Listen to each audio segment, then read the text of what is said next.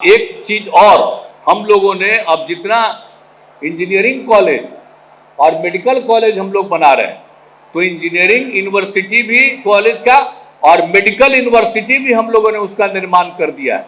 और एक बात जान लीजिए, इसके साथ साथ भी तय कर दिया है, हर एक इंजीनियरिंग कॉलेज में, हर एक मेडिकल कॉलेज में कम से कम 1/3 लड़कियों के लिए आरक्षित रहेगा, उसमें लड़कियां भी पढ़ेंगी।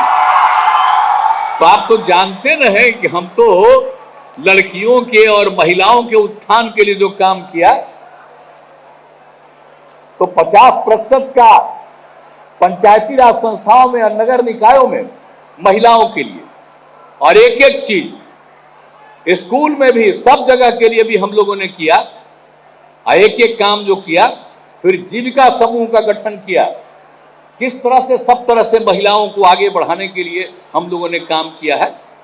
और लड़कियां कितनी कम पढ़ती थी, तो लड़कियों के पढ़ने के लिए जो हम लोगों ने शुरू से इंतजाम करवाया कि लड़कियां पढ़ेगी तो ये बहुत अच्छा लगेगा। और उनके लिए हम लोगों ने पोशाक योजना और साइकिल योजना की शुरुआत करा दी थी 7-8 में। और उसके बाद देखिए, पटना शहर में भी साइकिल चलाते हुए लड़की नहीं दिखती थी, और जब साइकिल योजना हुआ तो लड़कियां साइकिल चला करके कितना चलने लगी। और उसके बाद 2 साल के अंदर लड़के लोग हमको कहने लगे कि हम लोगों को भी दीजिए, तो हमने लड़कों के लिए भी उसके बाद कर दिया। तो आप समझ लीजिए, जो 9वीं क्लास से पढ़ते हैं तो उनके लिए, अब आप सोच लीजिए अब कितना ज्यादा लड़कियां पढ़ने लगी। अब जो मैट्रिक की परीक्षा होती है उसमें लड़का लड़की बराबर हो गए हैं, तब लड़कियां पढ़ेगी तो बात बहुत आगे बढ़ेगी। और आपको मालूम है ना कि हम लोग एक एक चीज का ध्यान रखते हैं। ये जो प्रजनन दर है, वो जब हम लोगों को मौका मिला तो 4.3 था एक परिवार का, और उसी में जो हमारा अध्ययन हुआ कि लड़की अगर पढ़ी लिखी रहेगी और जब उनकी शादी होगी तो ये प्रजनन दर घटेगा।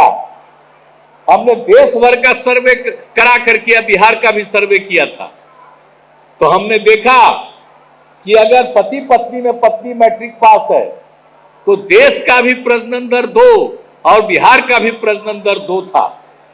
और उसके अलावा जब ये देखा कि अगर इंटर पास है तो देश में प्रजनन दर, अगर महिला है, पत्नी है इंटर पास, तो देश का था 1.7 प्रजनन दर।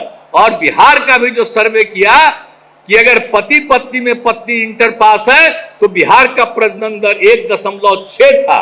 तो उसी समय हमने तय किया कि हर पंचायत में 10+2 तक की पढ़ाई के लिए हम लोग काम करेंगे, ताकि जो प्रजनन दर है वो घटे। अब मालूम है, जो लड़कियां पढ़ने लगी हैं, अब उसके बाद अब प्रजनन दर घट करके 4.3 से 2.9 पर आ गया है, और कुछ ही साल में 2 पर पहुंच जाएंगे।